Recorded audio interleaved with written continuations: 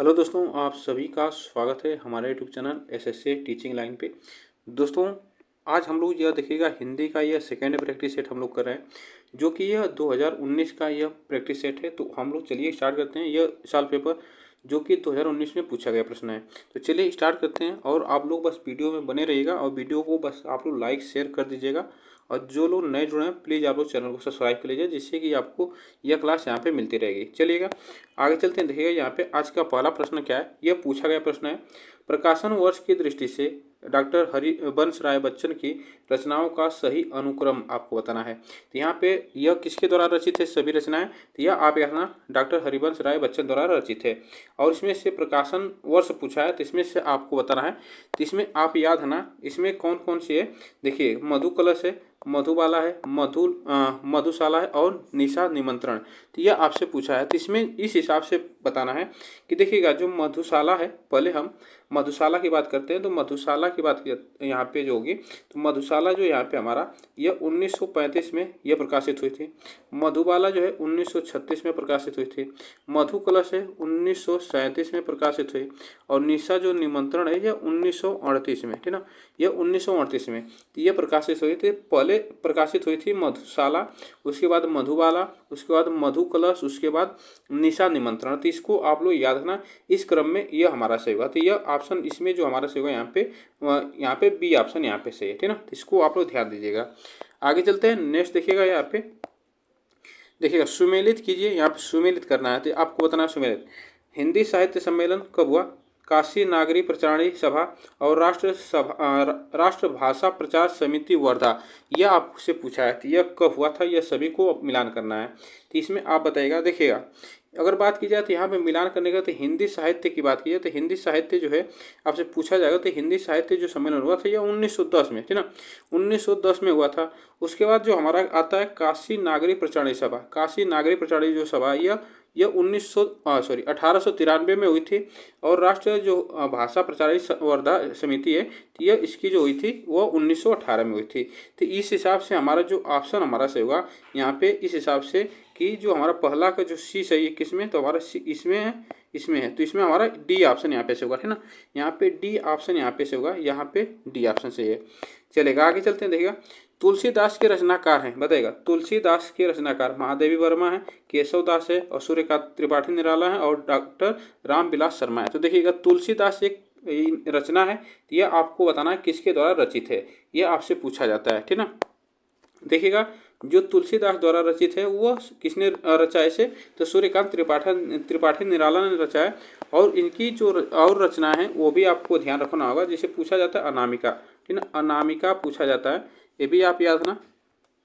अनामिका इनकी रचना है, किसकी, सूर्यकांत त्रिपाठी निराला की। परिमल याद रखना, परिमल इनकी रचना है, परिमल भी इनकी रचना है। गीतिका आपसे पूछा जाता है, गीतिका इनकी रचना है, तो ये भी आप याद रखना। कुकुरमुत्ता आप याद रखना, कुकुरमुत्ता इनकी रचना है, ये आप याद रखना। नए पत्ते याद रखना, नए पत्ते। उसके बाद अड़िमा, ठीक ना, अड़िमा इनकी रचना है, अड़िमा। उसके बाद अर्चना, ठीक ना, अर्चना ये भी आप याद रखना। तो इतनी ये रचना आपको याद रखना होगा, सूर्यकांत त्रिपाठी की ये रचना है सभी, तो इसको आप लोग ध्यान दीजिएगा। आगे चलते हैं। देखिएगा, अन्याय से अन्याय आत्मकथा किसकी है, मनु भंडारी की, प्रभा खेतान की, सुमन बेदी की, और इसमें से प्रियमवंदा की, बताइएगा। अन्याय से अन्याय किसकी आत्मकथा आपसे पूछा गया प्रश्न है, इसमें बताइएगा कौन सा ऑप्शन यहाँ पे से होगा। जो कि यह प्रकाशित हुई थी, यह आपको याद ना होगा, यह प्रकाशित कब हुई थी, तो यह 2007 में, ठीक ना, 2007 में प्रकाशित हुई थी। और यह किसकी रचना है, प्रभा खेतान की रचना है, तो इसको आप लोग याद रखना, ठीक ना, प्रभा खेतान की रचना है। मनु भंडारी की बात किया तो मनु भंडारी की जो यहाँ पे रचना है वह महाभोज, ठीक ना, महाभोज इनकी रचना है, ये भी आप याद रखना। 1 इंच का मुस्कान, 1 इंच का मुस्कान इनकी रचना है, यह मनु भंडारी की। लेकिन जो ऑप्शन हमारा से होगा यहाँ पे बी ऑप्शन सही है। चलेगा, आगे चलते हैं। देखिएगा, प्रभु जी तुम चंदन हम पानी किसका वाक्य, बताएगा। प्रभु जी तुम चंदन हम पानी किसका वाक्य, कबीर का, नानक का, दादू का और रैदास का। तो इसमें बताएगा, प्रभु जी तुम चंदन हम पानी किसका वाक्य है, आपसे पूछा गया है। तो यह आप याद रखना, यह रविदास की वाक्य है, ठीक ना। प्रभु तुम चंदन हम पानी, यह रविदास का वाक्य है, इसको आप लोग ध्यान दीजिएगा। आगे चलते हैं, देखिएगा निम्नलिखित में से कौन सा शब्द तद्भव है, कौन सा शब्द जो है तद्भव, आपसे पूछा जाएगा। त्रिकुटी, खेत, प्रभु, नाथ, इसमें बताएगा तद्भव शब्द आपसे पूछा गया है। तद्भव शब्द इसमें से कौन सा हमारा सही होगा, ठीक ना। तद्भव इसमें जो ऑप्शन हमारा सही होगा यहाँ पे खेत। खेत का जो तत्सम जो होगा हमारा यहाँ पे इसका होता है क्षेत्र, क्या होता है, क्षेत्र इसका तत्सम होता है। इसमें जो ऑप्शन हमारा सही होगा यहाँ पे बी, ठीक ना। और त्रिकुटी, प्रभु, नाथ, यह सभी तत्सम शब्द है, इसको ध्यान दीजिएगा। चलिएगा आगे चलते हैं, देखिएगा निम्नलिखित में से कौन सा शब्द देशज है। देशज शब्द आपको बताना है, धड़ाम है, लाश है, औरत है और पतलून। तो बताइएगा इसमें से देशज शब्द जो है देश में अपनी बनाई गई भाषा है, तो उसको इस हिसाब से बोला जाता है अपने बोलचाल की भाषा में। तो बताइएगा देशज जो शब्द होते हैं वह कौन से है, इसमें से बताइएगा इसमें कौन सा ऑप्शन हमारा सही होगा। देशज की बात की जाए तो यह कौन सी हमारा शब्द है, धड़ाम। धड़ाम जो है यह एक देशज शब्द है, ठीक है। जैसे यह देशज जो शब्द है खिड़की, खिड़की, खिड़की, यह देशज शब्द है। खिचड़ी, खिचड़ी, यह भी आप याद रखें देशज शब्द है, ठीक है। पगड़ी, पगड़ी जो है, पगड़ी, यह सभी क्या है हमारे देशज शब्द हैं। बात की जाए लाश, लाश कैसा शब्द है, लाश ये तुर्की शब्द है, ठीक ना। कैसी शब्द है, तुर्की शब्द है। औरत यह कैसा शब्द है, तो यह अरबी शब्द है, अरबी, अरबी शब्द है। उसके बाद पतलून जो है अंग्रेजी शब्द है, अंग्रेजी शब्द है, ये भी आप याद रखना यह अंग्रेजी शब्द है। तो इस हिसाब से ऑप्शन हमारा जो सही होगा ये ऑप्शन सही है। चलेगा छछूंदर के सिर पर चमेली का तेल का अर्थ बताएगा। छछूंदर के सिर पर चमेली का अर्थ अयोग्य व्यक्ति को अच्छी चीज देना, मिथ्या आडंबर, अधिक पाने की लालच करना, योग्य व्यक्ति को अच्छी चीज देना। तो बताइएगा छछूंदर के सिर पर चमेली का तेल का अर्थ आपको बताना है, इसमें क्या होगा। तो आप याद रखना कि जब अयोग्य व्यक्ति हो उसकी अच्छी चीज देना, उसे अच्छी चीज देना, तो वह क्या होगा हमारा, इस कहावत के हिसाब से, इस लोकोक्ति के हिसाब से हमारा छछूंदर के सिर पर चमेली का तेल अर्थ इसमें सही होगा, ठीक ना। तो इसमें ऑप्शन जो हमारा सही होगा अयोग्य व्यक्ति को अच्छी चीज देना। चलिएगा आगे चलते हैं, देखिए ऋग्वेद का संधि विच्छेद आपको बताना है। ऋग्वेद का संधि विच्छेद आपको बताना है। तो ऋग्वेद का संधि विच्छेद आपसे पूछा जाता है, तो ऋग्वेद का संधि विच्छेद क्या होगा और इसमें कौन सी संधि होगी ये भी आप याद रखना। तो इसमें अगर हम इसका संधि विच्छेद करते हैं, ठीक ना, इसका अगर हम संधि विच्छेद करते हैं तो क्या बनेगा यहाँ पे हमारा, यहाँ पे बना है ऋक प्लस वेद, क्या बनेगा, ऋक प्लस वेद बनेगा। यहाँ पे हमारा ऑप्शन यहाँ पे बी से होगा, ऋक प्लस वेद। और यहाँ पे कौन सी संधि होगी, तो व्यंजन संधि। कौन सी संधि होगी, यहाँ पे व्यंजन संधि होगी। जैसे व्यंजन संधि के और से उदाहरण है, जैसे पूछा जाता है सत्य प्लस वाणी, क्या याद है ना, सत्य प्लस वाणी। सत्य प्लस वाणी जो है इसका अगर बात किया तो यह बनेगा सद, याद है ना, सदवाणी। क्या बनेगा, सदवाणी बनेगा। यह बातें याद है ना, सदवाणी बनेगा। उसके बाद और देखिएगा दिक, दिक प्लस भ्रम, ठीक ना, क्या बनेगा, दिक, दिक प्लस भ्रम, दिक प्लस भ्रम। अगर इसका बात किया तो यह बनेगा दिग्भ्रम। क्या बनेगा, दिग्भ्रम बनेगा, दिग्भ्रम बनेगा। यह आप इतनी बातें याद रखना। चलेगा आगे चलते हैं, नेक्स्ट क्वेश्चन देखिएगा। आप बीती शब्द में समास है, आप बीती शब्द में समास है। यहाँ पे जो कारक चिन्ह होता है उसका लोप हो जाता है। कर्मधारय समास है, द्वंद्व समास है, द्विगु समास है, तत्पुरुष समास है। यह आप बताना है कि आप बीती शब्द में समास आपसे पूछा है, तो क्या इसको अगर हम इसका समास विग्रह किया जाए तो क्या बनेगा, आप पर बीती। क्या बनेगा, आप पर बीती, ठीक ना, बीती, आप पर बीती।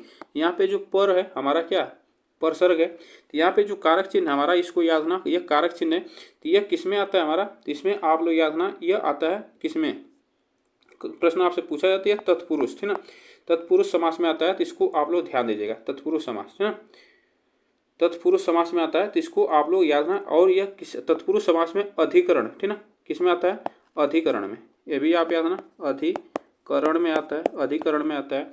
अधिकरण में जो होता है वह आप याद रखना में, पर, ऊपर, भीतर, ठीक ना, यह सभी इसके कारक चिन्ह होते हैं अधिकरण के। तो यह तत्पुरुष समास के अंतर्गत है। यह होगा हमारा तत्पुरुष अधिकरण तत्पुरुष समास होगा। तो इसमें बात याद रखना इसको। चलेगा। आगे चलते हैं, देखिएगा यहाँ पे घोंसले में चिड़िया है, घोंसले में चिड़िया कौन सा, इसमें कारक है आपादान कारक, संबंध कारक, संपदान कारक और अधिकरण बताएगा। इसमें बताएगा घोंसले में चिड़िया है, इसमें से में आ रहा है यहाँ पे क्या कारक चिन्ह आ रहा है। अगर आपादान की बात है तो यहाँ पे ये अलगाव की बात करता है से। संबंध में का के की होता है, का के की यह होता है हमारा चिन्ह। संप्रदान के लिए बताइएगा यहाँ पे का और के लिए यह हमारा संप्रदान में आता है।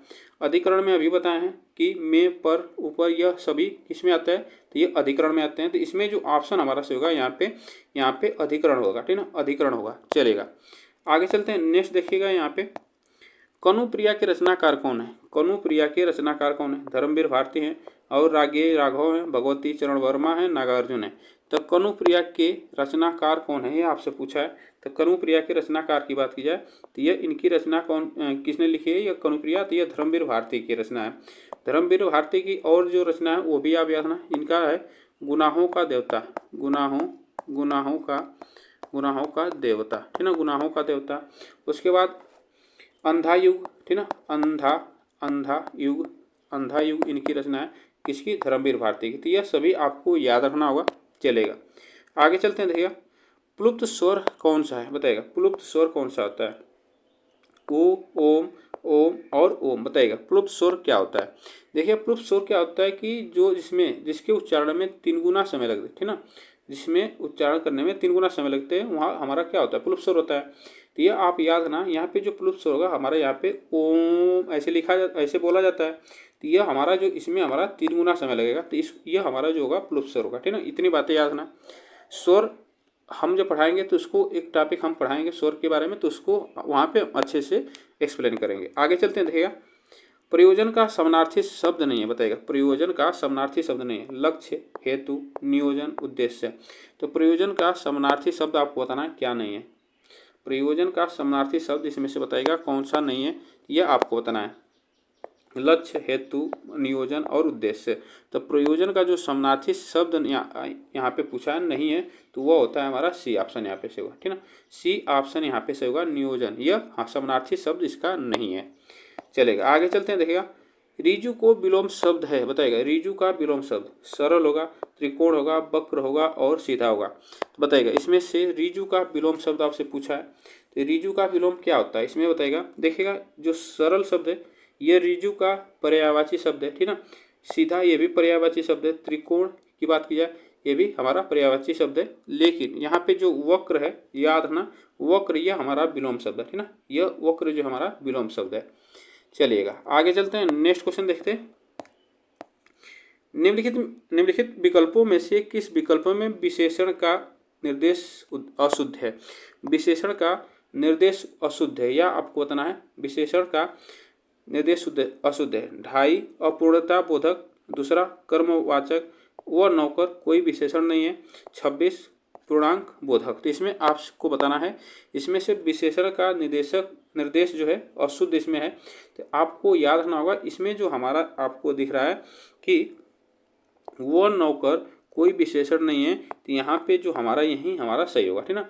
विशेषण आप लोग जानते हैं कि विशेषण जो मूलतः कितने होते हैं, तो ये आप यहाँ गुणवाचक, सर्वनामिक, संख्यावाचक, परिणामवाचक ये विशेषण होते हैं। तो इसमें जो हमारा क्या होगा यहाँ पे कोई हमारा विशेषण यहाँ पे गलत है, तो इसमें हमारा सी सही होगा। चलिएगा, आगे चलते हैं। देखिएगा यहाँ पे आप भला तो जग भला, आप भला तो जग भला वाक्य में सर्वनाम के किस भेद का बोध होता है, आप भला तो जग भला, ठीक ना। यहाँ पे कर्ता अपने स्वयं के लिए नहीं कहकर कर्ता दूसरे के लिए करा, तो यह बताएगा आप भला तो जग भला। निजवाचक सर्वनाम होता है, अनिश्चयवाचक सर्वनाम, प्रश्नवाचक सर्वनाम और संबंधवाचक। तो सर्वनाम की बात की जाए तो सर्वनाम आप लोग जानते हैं कि सर्वनाम 6 प्रकार के होते हैं, ठीक ना। सर्वनाम जो कितने होते हैं 6 प्रकार के। एक होता है पुरुषवाचक, ये भी आप याद रखना, पुरुषवाचक याद रखना, पुरुषवाचक होता है। दूसरा होता है निश्चयवाचक, ठीक ना, निश्चयवाचक होता है, निश्चयवाचक सर्वनाम होता है। इसमें से निजवाचक होता है, अनिश्चयवाचक होता है, प्रश्नवाचक होता है, उसके बाद संबंधवाचक। ये हमारा 6 होते हैं। तो इसको आप लोग ध्यान दीजिएगा, यहाँ से जो पूछा गया हमसे वहाँ पे क्या आप भला तो जग भला, यहाँ पे हमारा जो होगा निजवाचक सर्वनाम होगा, ठीक ना, यहाँ पे निजवाचक सर्वनाम होगा, इसको आप लोग ध्यान दीजिएगा। चलेगा, आगे चलते हैं। देखिएगा, निम्नलिखित में से कौन सा शब्द पुल्लिंग है? चील, कढ़ी, सरसों, संतान। तो इसमें से कौन सा जो शब्द है वो पुल्लिंग है? आपसे पूछा है पुल्लिंग, बताएगा। इसमें से पुल्लिंग आपको बताना है। पुल्लिंग शब्द की बात की जाए तो यह आपको बताना है पुल्लिंग। देखिए, चील उड़ता है या उड़ती है? चील उड़ता है या उड़ती है, ठीक ना? यह आप लोग याद ना, तो उड़ती है। चील क्या उड़ती है? तो यह स्त्रीलिंग हुआ हमारा, स्त्रीलिंग, स्त्रीलिंग हुआ। कड़ी, यह क्या है? कड़ी, ये भी हमारा स्त्रीलिंग है, ठीक ना? स्त्रीलिंग है, ये भी आप याद ना, स्त्रीलिंग है। सरसों, सरसों कैसा शब्द है? सरसों की बात किया तो यह हमारा स्त्रीलिंग शब्द है, स्त्रीलिंग शब्द है, ये भी आप याद रखना। संतान जो है यह पुल्लिंग है, ठीक ना? संतान जो है यह पुल्लिंग है, यह बातें याद रखना। तो इसमें जो ऑप्शन हमारा से होगा डी ऑप्शन सही है, ठीक ना? चलेगा, आगे चलते हैं। देखिएगा, उच्चारण स्थान की दृष्टि से कौन सा विकल्प शुद्ध है? बताएगा। उच्चारण स्थान की दृष्टि से कौन सा विकल्प हमारा शुद्ध है? आपसे पूछा है। स क्या मूर्धन्य होता है, ये स होता है जो दंत होता है, च कंठ होता है और स तालव्य होता है। इसमें से बताना है कि इसमें उच्चारण की दृष्टि से कौन सा शुद्ध है, आपसे पूछा है। तो शुद्ध की बात ये, तो जो हमारा यह छोटा स होता है यह दंत स होता है, ये बड़ा जो स होता है यह तालव्य स होता है, मूर्धन्य स नहीं होता है, यह तालव्य स होता है। ये और जो हमारा ये वाला स होता है मूर्धन्य, ये मूर्धा स होता है, ठीक ना? मूर्धा होता है। और हमारा जो च है, च की बात की जाए तो यह तालव्य होता है, न कि कंठ, यहाँ पे न कि कंठ होता है, यह तालव्य स्पर्श होता है, ठीक ना? तालव्य स्पर्श होता है, ये भी आप याद रखना। तालव्य स्पर्श व्यंजन होता है, यह तालव्य से होता है। तो इसमें जो ऑप्शन हमारा से होगा यहाँ पे बी ऑप्शन से है। चलेगा, आगे चलते हैं। देखिएगा, यहाँ पे निम्नलिखित में से कौन सा कथन अशुद्ध है? कौन सा कथन अशुद्ध है? दो महाप्राण व्यंजनों का उच्चारण एक साथ हो सकता है। हिंदी में ज्ञ का उच्चारण परंपरा से भिन्न हो गया है। यहाँ पे बताइएगा, छ संयुक्त व्यंजन है, विसर्ग कंठ वर्ण है, तो यह आपको बताना है। देखिएगा, हमारा अशुद्ध पहचान करना है। जो हमारा विसर्ग होता है यह कंठ वर्ण होता है, यह बिल्कुल बात सही है। और संयुक्त जो स्वर होता है यह हमारा, यह सही है, ठीक ना? क याद रखना, क प्लस स से मिलकर बना है, तो यह आप याद रखना, यह याद रखना, यह संयुक्त व्यंजन होते हैं। हिंदी में अज्ञ की बात की जाए तो इसका उच्चारण जो है परंपरा से भिन्न है, सही बात है। यह इसमें जो हमारा किससे मिलकर बना है? तो यह ज और य से मिलकर बना है, ठीक ना? ज और य से मिलकर बना है, तो इसका उच्चारण जो होता है भिन्न हो जाता है। इसमें जो हमारा अशुद्ध है तो वह दो महाप्राणों का उच्चारण एक साथ नहीं हो सकता, यह बातें याद रखना। तो इसमें ऑप्शन जो हमारा से होगा ये ऑप्शन सही है। चलेगा, आगे चलते हैं। देखिएगा, मेरे लड़के ने मेरी आज्ञा का पालन नहीं किया। वाक्य में लड़के के विषय में कौन सा विकल्प अशुद्ध है? पुल्लिंग, कर्ता, बहुवचन और एकवचन। मेरे लड़के ने मेरी आज्ञा का पालन नहीं किया, तो यह देखिएगा, मेरे लड़के, यह लड़के जो है कर्ता के रूप में क्या एक वचन है, ठीक ना? कर्ता के रूप में क्या है? एक वचन है। तो यहाँ पे अशुद्ध की बात की जाए तो यह कर्ता जो है, कर्ता की वचन में एक जो कर्ता है वह तो है, लेकिन वहाँ पे एक वचन भी है, ठीक, और यह पुल्लिंग भी है। तो यह बात याद रखना, यहाँ पे बहुवचन नहीं है, यह बात याद रखना, ठीक ना? यह बहुवचन नहीं है, यहाँ पे पुल्लिंग है, कर्ता भी है लड़के, और यहाँ पे एक वचन है। तो यह हमारा इस हिसाब से ये सब सही है। जो हमारा ऑप्शन अशुद्ध है वह सी ऑप्शन यहाँ पे अशुद्ध है। नेक्स्ट चलते हैं, आगे देखिएगा, राम आम खाता है। राम आम खाता है में वाच्य का कौन सा रूप है? बताइएगा, वाच्य का कौन सा रूप है? कर्मवाच्य, भाववाच्य, उभयवाच्य, कर्तृवाच्य। तो बताइएगा, इसमें से कौन सा ऑप्शन हमारा से होगा? राम आम खाता है, इसमें से कौन सा ऑप्शन यहाँ पे से होगा? तो इसमें बताइएगा, राम आम खाता है, तो राम क्या है? कर्ता, तो कर्ता क्या खा रहा है? यहाँ पे कर्तृवाच्य होगा, यह कर्म कर रहा है राम, ठीक ना? तो यह अपना आम खा रहा है। तो इसमें ऑप्शन जो हमारा से होगा डी ऑप्शन से है। चलेगा, आगे चलते हैं। रहीमन पानी राखिए बिन पानी सब सुन, पानी गए न उबरे मोती मानुष चुन। इस दोहे में कौन सा अलंकार है? उपमा है, रूपक है, उत्प्रेक्षा है, श्लेष है। तो यह आपको बताना है। इसमें देखिएगा, रहीमन पानी राखिए, पानी जो है शब्द, पानी कई बार आया, पानी 3 बार आया, और तीनों का अर्थ जो है अलग अलग है, ठीक ना? अलग अलग है, ये भी आप याद रखना। तो अलग अलग तीनों का अर्थ है, जब तीनों का अर्थ अलग अलग होगा तो यहाँ पे पानी जो शब्द है इसको याद रखना। पानी जो शब्द है इसका अर्थ होता है, एक होता है मोती, एक का अर्थ है मोती, दूसरे का होता है सम्मान, क्या होता है, सम्मान होता है, और तीसरे का जो होता है जल, ठीक ना। इसमें यह 3 अर्थ देता है। तो इसमें जब 3 अर्थ दे एक ही शब्द, तो वहाँ पे जो होता है हमारा श्लेष अलंकार होता है, ठीक ना, श्लेष अलंकार होता है। चलेगा, आगे चलते हैं। देखिएगा, निम्न में से कौन सा शब्द अशुद्ध है, कौन सा शब्द जो है अशुद्ध है। अंगना, चाँद, आँख, अंक, अंगन, सॉरी यहाँ पे शुद्ध पूछा है, तो इसमें बताएगा यहाँ पे कौन सा शुद्ध है। आपसे पूछा है शुद्ध शब्द कौन सा है, इसमें याद रखना अंगना, ठीक ना। अंगना जो है हमारा शुद्ध शब्द है। चांद जो लिखा जाता है इस तरह लिखा जाता है, यहाँ पे चंद्र बिंदु रहता है। आँख, ये भी यहाँ पे आँख जो है चंद्र बिंदु रहता है, ये भी आप याद रखना। अंक, ये हमारा शुद्ध है, ठीक ना, अंक यह हमारा शुद्ध है। तो इसको यहीं पे जो ऑप्शन हमारा से होगा, यहाँ पे ए ऑप्शन से होगा, यहाँ पे इस तरह होना चाहिए। तो यहाँ पे अंक इस तरह लिखा जाता है, ठीक ना, अंक, इसको आप लोग याद रखना। चलेगा, इसमें ऑप्शन ए सही है। चलेगा, आगे चलते हैं। देखिएगा, निम्न में से किस शब्द की वर्तनी सही है, किस शब्द की वर्तनी सही है, ये आपको बताना है। सन्निधि, समनिधि, सन्निधि, इसमें समनिधि, इसमें बताइएगा कौन सा वर्तनी शुद्ध है। आपसे पूछा है वर्तनी शुद्ध कौन सा, इसमें से आप बताइएगा।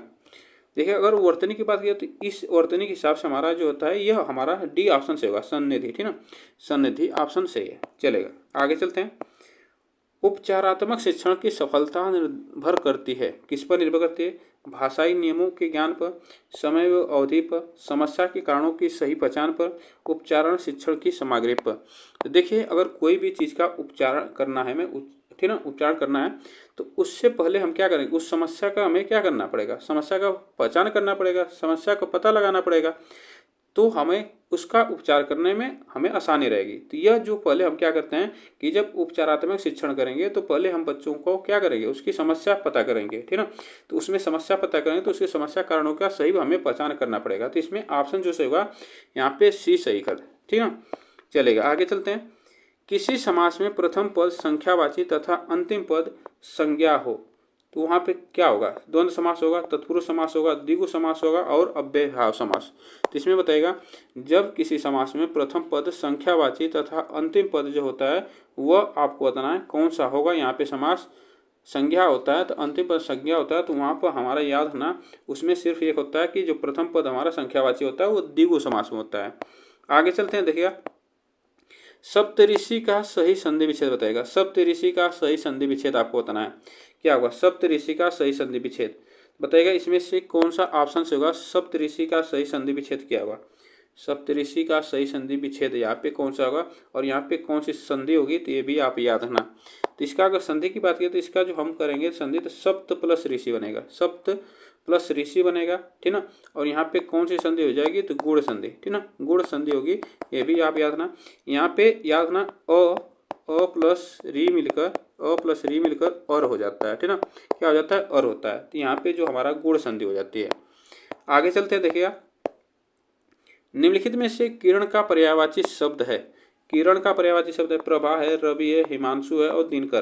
तो किरण का पर्यायवाची शब्द आपको बताना क्या है। इसमें किरण का पर्यायवाची शब्द की बात की जाए तो देखिए किरण का जो पर्यायवाची होता है वो होता है रश्मि, क्या होता है रश्मि, ये भी आप याद रखना, रश्मि होता है। उसके बाद अंशु होता है, क्या होता है अंशु, ये भी आप याद रखना, अंशु होता है।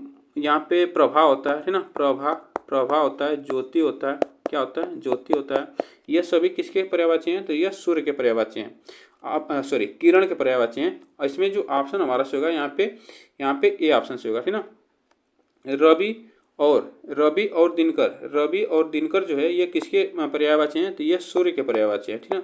रवि और दिनकर सूर्य के पर्यायवाची हैं और हिमांशु यह किसके पर्यायवाची है, तो ये चंद्रमा का, ठीक ना, चंद्रमा का पर्यायवाची है, चंद्रमा का, ठीक ना। चलेगा, आगे चलते हैं। नेक्स्ट देखिएगा, युद्ध में मृत्यु पाना के लिए सही मुहावरा है, बताएगा युद्ध में मृत्यु पाना के लिए सही मुहावरा, काम आना, काम तमाम करना, देर हो जाना और डेरा उठ जाना। तो इसमें बताएगा युद्ध में मृत्यु पाना के लिए सही मुहावरा क्या होगा, इसमें से आपको बताना है।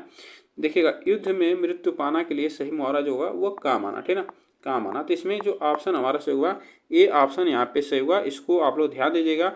और यह रहे हम लोग के 30 प्रश्न। आप लोग बताइएगा ये प्रश्न कैसे लगे, वीडियो को लाइक शेयर जरूर कर दीजिएगा। तब तक के लिए थैंक यू सो मच आप सभी को। तब फिर मिलेंगे नेक्स्ट वीडियो में। और आप लोग चैनल को सब्सक्राइब जरूर कर लीजिएगा जिससे कि हमें भी मोटिवेशन मिलता रहेगा, ठीक ना।